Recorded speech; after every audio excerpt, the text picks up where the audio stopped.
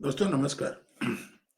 दोस्तों 15 दिन पहले बेंगलुरु के एक टेकी ने अतुल सुभाष ने आत्महत्या कर ली थी। उन्होंने 90 मिनट का एक वीडियो बनाया और कुछ 40-50 पेज का एक पत्र लिखा जिसमें उन्होंने अपनी वाइफ को रिस्पॉन्सिबल ठहराया अपनी मृत्यु के लिए, सुसाइड के लिए। उसके बाद में सोसाइटी में काफी चर्निंग हुई और काफी लोगों ने वीडियो बनाने शुरू किया। किसी ने हस्बैंड को रिस्पॉन्सिबल ठहराया, किसी ने वाइफ को रिस्पॉन्सिबल ठहराया। और इसी कड़ी में एक पॉडकास्ट हुआ जो वाद चैनल है उसमें आया और उसमें एक मैरिज कंसल्टेंट है अमित संगवान। उन्होंने कुछ इंटरेस्टिंग बातें कही हैं जिसको मैं आपके सामने प्रस्तुत करना चाहता हूं। और ये वो उनका क्लेम है कि ये हर एक मैरिड कपल को देखना चाहिए और अपनी फैमिली को बचाने के लिए जरूरी है कि इस उनकी जो सलाह है उसको माना जाए। वो बोल रहे हैं कि आज की डेट में जो मैरिड कपल होते हैं उनकी शादी को बर्बाद करने में 4 महिलाओं का ज्यादा हाथ होता है। वो 4 महिलाएं कौन है वो अमित संगवान के मुंह से ही सुन लेते हैं। तो सुनिए अब अमित संगवान साहब क्या बोल रहे हैं।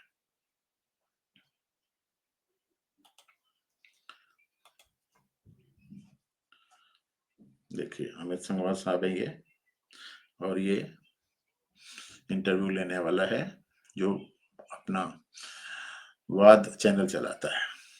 देखो, अगर आप जैसे आपने बहुत सारे लोगों से बात किया, बहुत कपल से आप बात करते हो जो उस सिचुएशन तक पहुंच गए हैं, तो आप क्या प्रॉब्लम देखते हो? एक फैमिली है, एक कपल है जो आपके पास आता है और आपसे कंसल्टेशन मांगता है कि भाई हम डिवोर्स लेना चाहते हैं। देन यू काउंसिल की अच्छा प्रॉब्लम क्या है। तो टिपिकली क्या पैटर्न रहता है, क्या प्रॉब्लम्स हैं? एक मिडिल क्लास की दिक्कत है ये सारी मोस्टली। तो उनमें क्या पैटर्न देखते हैं आप? क्या क्या प्रॉब्लम्स देखते हैं on the girl side, on the man side? क्या प्रॉब्लम है? पहली बात तो ना इसको जवाब दूंगा, इससे पहले मैं आपको बताऊंगा 4 महिलाओं की वजह से देश का जीडीपी रुका पड़ा है। ठीक है, 4 महिलाएं हैं हमारे देश में और इन सब चीजों से जीडीपी का सत्यानाश हो रहा है। ये जो सब हो रहा है, अच्छा। एक तो लड़के की माँ, दूसरी लड़के की बीवी, तीसरे लड़के की बीवी की माँ। ठीक है, इन तीनों की वजह से ये हो रहा है। अब तूने तो सारी महिलाओं को वो कर दिया, मतलब ना हाँ, लिटरली हो ही गए सारी सारी को बची ही नहीं अब तो ना। हाँ। तो आपको मैं ये पूछना चाहता हूं, कभी कोई लड़का प्रताड़ना करता है अपनी बीवी पे? मैं ये पूछना चाहता हूं, एक हस्बैंड अपनी बीवी पे कुछ करता है प्रताड़ना, उस केस को आप 100 केस पकड़ लो, मेरे ख्याल 99 नहीं 100 में महिला इन्वॉल्व होगी जो कि माँ होगी, जो सोर्स आ रहा होगा वो अ मैन। बहुत प्यारे ढंग से बता रहा हूँ, हाई पॉइंट है आपके पॉडकास्ट का।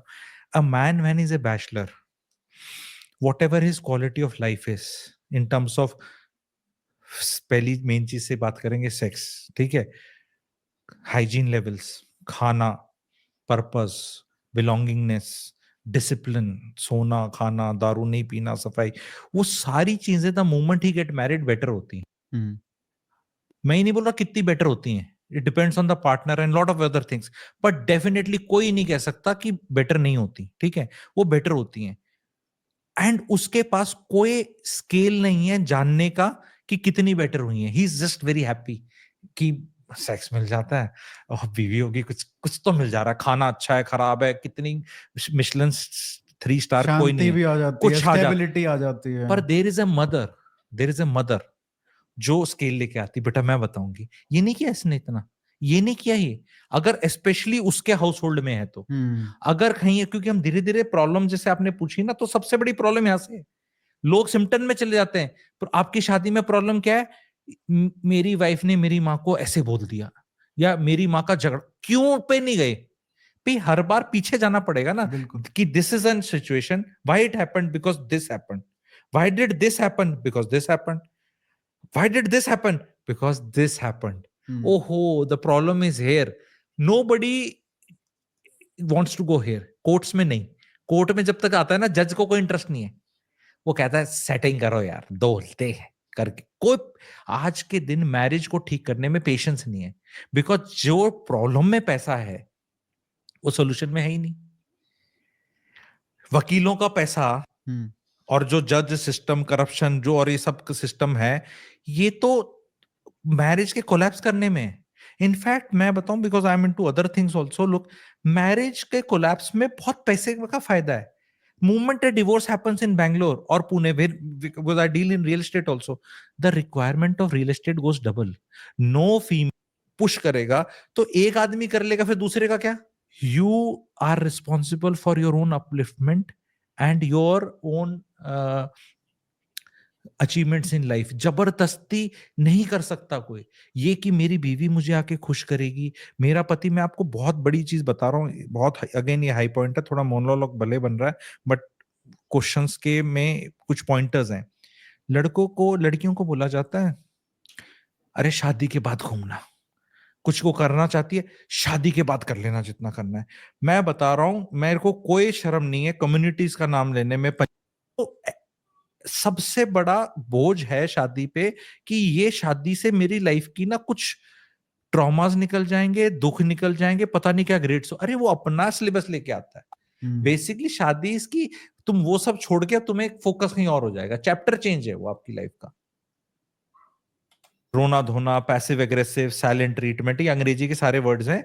एंड ये हर बार ग्राउंड सीड कर देता है और ये बोलता है तुम इतना भी नहीं कर सकती मम्मी के लिए, इतना ही तो बोल रही थी वो, इतना तो हो सकता था, बस इतना इतना, ये इतना इतना करता रहता है। मेरे पे हीरो बनता रहता है ये, क्योंकि वो क्या कहता है, हमने तो दहेज नहीं लिया। अरे तुमने दहेज नहीं लिया तभी तो तुम कलेश पीट रहे थे, उसको मिला नहीं ना तुम्हें। अब ये डार्क चीजें हैं। दूसरी डार्क चीज मैं आपको बता दूं तो लड़कियां कहती हैं, मतलब जब किसी और कंसल्टेशन में आती है प्रॉपर्टी और ये वो, लड़की कहती है कि हमें दहेज नहीं मिला, हमें दहेज चाहिए था क्योंकि वो जो भाई है मेरा सब कुछ ले जाएगा। हाँ, अब ये सुन के अब मैं पूछूंगा भाई, लड़की से पूछो दहेज प्रथा होनी चाहिए, कुछ लेना देना होना। अच्छा दहेज की ना, मुझे क्या पता आपकी किचन में कहाँ क्या रखा है यार, मैं कैसे बना सकता हूँ?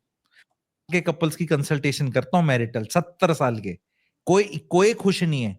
मैं चैलेंज से पहले विष निकला था, अब विष कौन पीने को तैयार है? जब उस टाइम निकला था तो शंकर भोले हमारे सबसे पॉपुलर गॉड, उनने पी लिया था कि भाई ये पीना तो है। कुछ नहीं किया ना तूने, अत्याचार सहन करे ना उसके, सारे 1.5 करोड़ अत्याचार करे थे यार, एक आधा वो भी कर लेगी तेरी बेटी।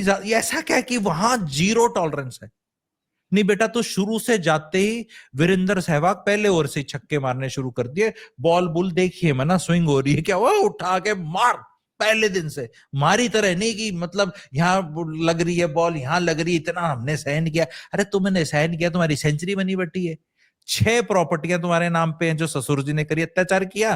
वो 2% रजिस्ट्री बचाने के चक्कर में तुम कितनी प्रॉपर्टी पे बैठी हो, तुम ये देख लो। तुम्हारा फ्यूचर सिक्योर्ड है, कितने किराए खा रही हो ताकि तुम्हारा टैक्स ना वो करना पड़े देन, तो तुम कितने सिक्योर्ड हो गए? अत्याचार सही तुमने मान ली, नॉनसेंस सही मान ली, पर you are sitting on multibagger returns. वो पति वो अब तेरा गुलाम है, मतलब जो था, ठीक है, जिसने अपनी माँ के साथ मिलके प्रताड़ना करी थी, इतने लोगों की रोटियां बनवाई, दोस्त आते थे, घर होता था, रिश्तेदारी का करना पड़ता था, बुआ जी का, ये सब अत्याचार हुए। अब तेरी ज्वेलरी देख लॉकर में कितनी है, ठीक है? तो तेरी बेटी अगर थोड़ा 6, 8, 10, 12 महीने देख लेगी क्या सेटअप है, थोड़ा सा। माएं अपनी बेटियों को बोलती हैं इसकी अलमारी टच मत कर देना, एक बार इसकी हैंगर में लगा दिए कपड़े ना तो उन्हें कच्चे बनियान उम्र भर करना पड़ेगा। अरे मैं ये कहना चाहता हूं, dear mother in laws of all men, please don't teach your daughters not to do things. Don't say कि डू, डोंट से कि तू उस पे बिल्कुल ही निछावर हो जा और पूरी वो बन जा, मतलब ठीक है काम वाली, पर चुप रह लो। उन दोनों के बीच की केमिस्ट्री को प्ले आउट होने दो। मैं कितनी बार बोलता हूं आर्यन जी, मान लो आप कभी जब जब यंगस्टर रहे होंगे, कभी हॉस्टल में आपको रहना, रहे होंगे, अभी भी यंगस्टर हूं मैं। यंगस्टर यानी कि 18-20 साल के, बैचलर रहे होंगे। हाँ बैचलर 18-20 साल के रहे होंगे। तो उसमें मान लो हॉस्टल में रह रहा है कोई इंसान, विजुलाइज करो पीजी में रह रहा है, एक फेलो लड़के के साथ रह रहा है, कोई लड़की नहीं है। उसमें भी तो केमिस्ट्री होती है ना कि यार मैं थोड़ा झाड़ू लगा दूंगा, तू नलका वो पानी ठीक कर ले, या कपड़े अलमारी तू अपनी सेट कर ले, ये कर ले। कुछ तो भाईचारा भी होता है ना, भाईचारा वर्ड यूज कर रहा हूं कि where in you work. Bigg Boss के घर में भी हम देखते हैं कोई तो काम करता ही है, तो let them decide amongst themselves कि यार तू मेरी अलमारी कर दे, मैं ऐसे कर दूंगा। चल खाना बन रहा है, तू बना ले, मैं खड़ी हो जाऊंगी, मैं खड़ा हो जाऊंगा, ठीक है? कोई सिखाने वाला तो हो। तो अमित संगवान साहब ये सलाह दे रहे हैं कि भैया ठीक है, शादी कर ली है, अब साथ में रहो, मम्मी, सास, इनका सबका इंटरफेरेंस नहीं होना चाहिए। अमित संगवान आगे भी बोलते हैं, इस वीडियो को देख लेना, मैं ज्यादा लंबा नहीं करना चाहता। उसमें ये बोल रहे हैं कि भाई ठीक है, शादी करने के बाद में थोड़ा मम्मी पापा और ससुराल वालों से साल भर दूर रहो, तब आपके बीच में बॉन्डिंग होगी। तो ये वीडियो आपके सामने शेयर करना था। आप मेरे चैनल को सब्सक्राइब करें, वीडियो को लाइक करें, शेयर करें, और मिलते हैं अगले वीडियो में किसी और इश्यू के साथ। तब तक के लिए जय हिंद।